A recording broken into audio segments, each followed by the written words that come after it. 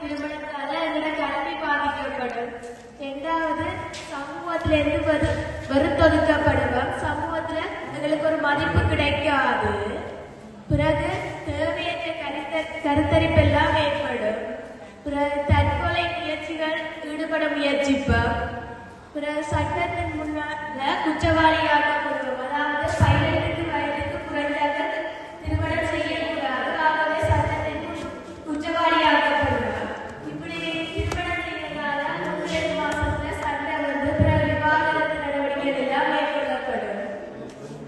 இப்படியெல்லாம் செய்யாம இதை தடுக்கிற முறைகள்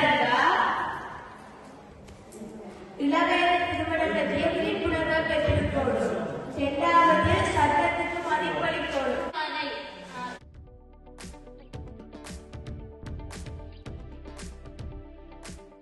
பரவியிருப்பது போல் நம் சமூகத்தில் போதைப் பொருளானது பரவியுள்ளது.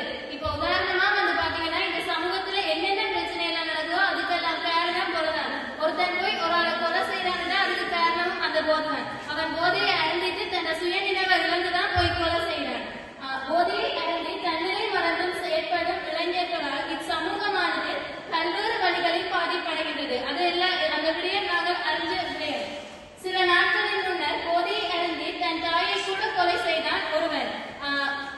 அடுத்தது, போதைப் பொருளை தடுக்கும் வழிகள், அது தொடர்பான நடவடிக்கைகளை ஏற்படுத்தல், அதிலிருந்து மீள்வதற்கான முறைகளை ஈடுபடுதல், தவறான வழிகளில் செல்பவரை தவிர்த்தல், சமய நிகழ்வுகளில் அவர்களை ஈடுபட வைத்தல்.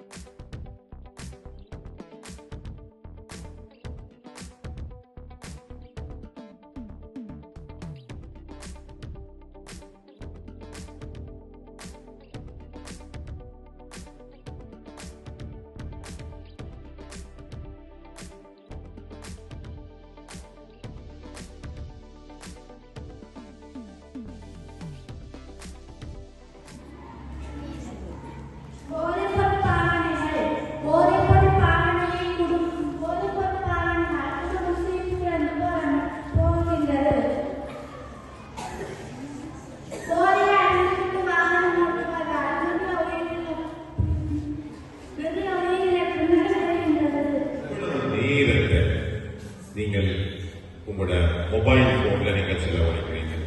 உண்மையை சொல்லுங்களோ, பக்கத்தில் இருக்க ஆளை சொல்லுங்களோ, எங்களுக்கு